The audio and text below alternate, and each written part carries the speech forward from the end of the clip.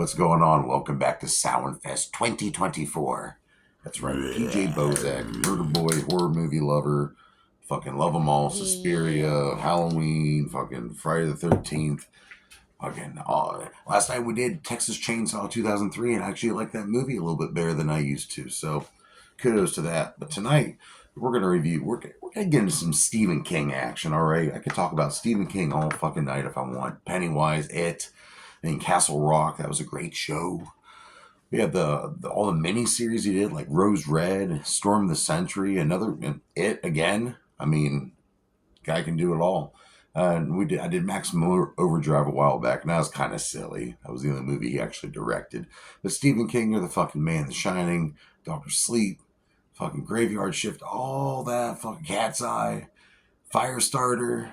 But tonight we're going to review Silver Bullet. Yeah, Silver Bullet, which came out in 1985. I was just a little baby at the time. It's a Paramount picture.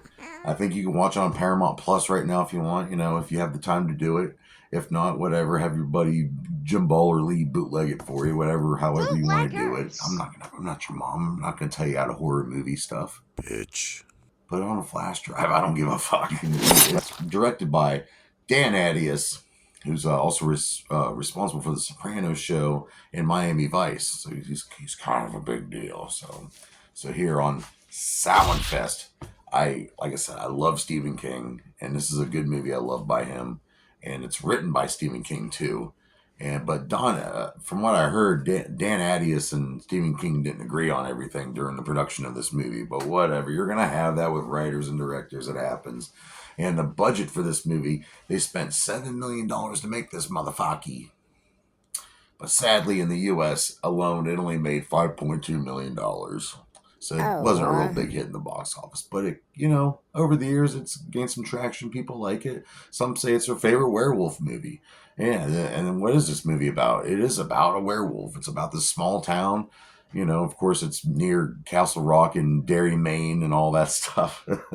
Because the Stephen King multiverse and all. But, yeah, there's a werewolf going around maiming people at night. No one knows what the fuck's happening.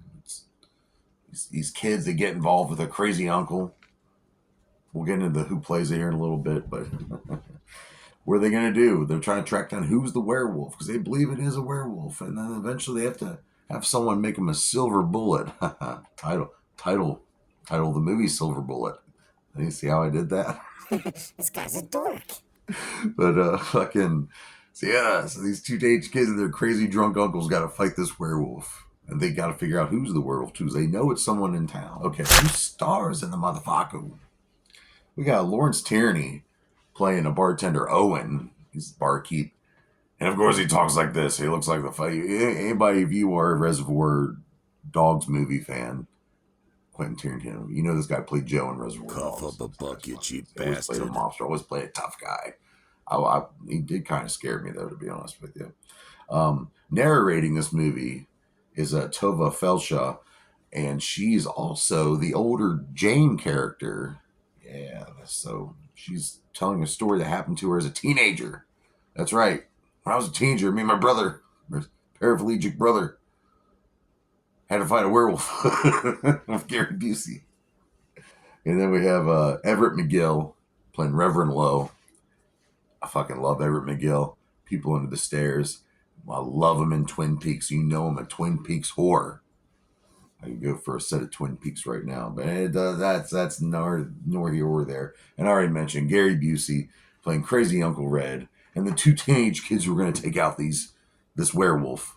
We got Megan Follows playing Jane, and her brother played by the classic Corey Haim.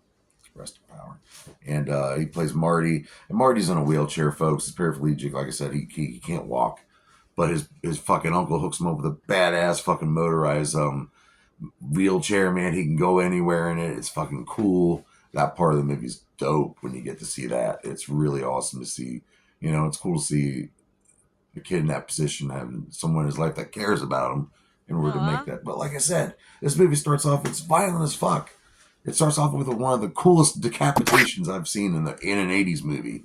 So it's got the cool decapitation. It's got some blood in it. It's got some nasty stuff in it. It's kind of violent. Now, the werewolf was Stephen King wanted the werewolf to be really dark and not.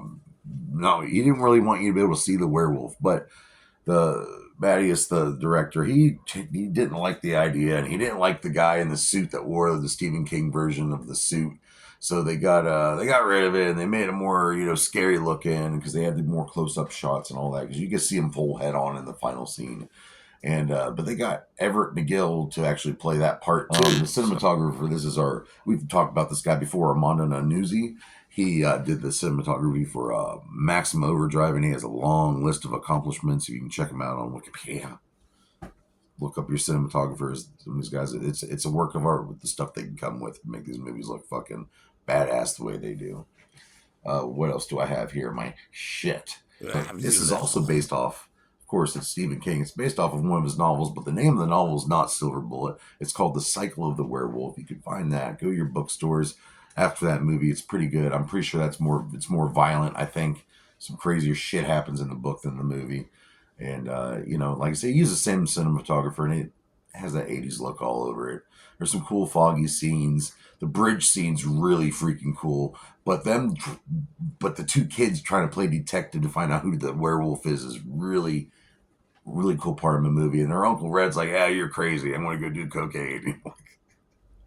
But Uncle Red comes through and he helps them out along with that motorized wheelchair vehicle, which is fucking badass, might I say. But I like the wolf costume. I mean, I know that, but people were after this werewolf, and I guess if you're chasing down something, you got to be able to see it. So I kind of see where the director wanted to, hey, I want the werewolf to be seen, Going back to the townspeople, they all went up in a fucking uproar. They're trying to do like private justice. They're going to string up this werewolf and kill him. And the cops are trying to, settle him down. And I forgot to mention Terry O'Quinn plays Sheriff Haller. And he's trying to calm the whole fucking town down.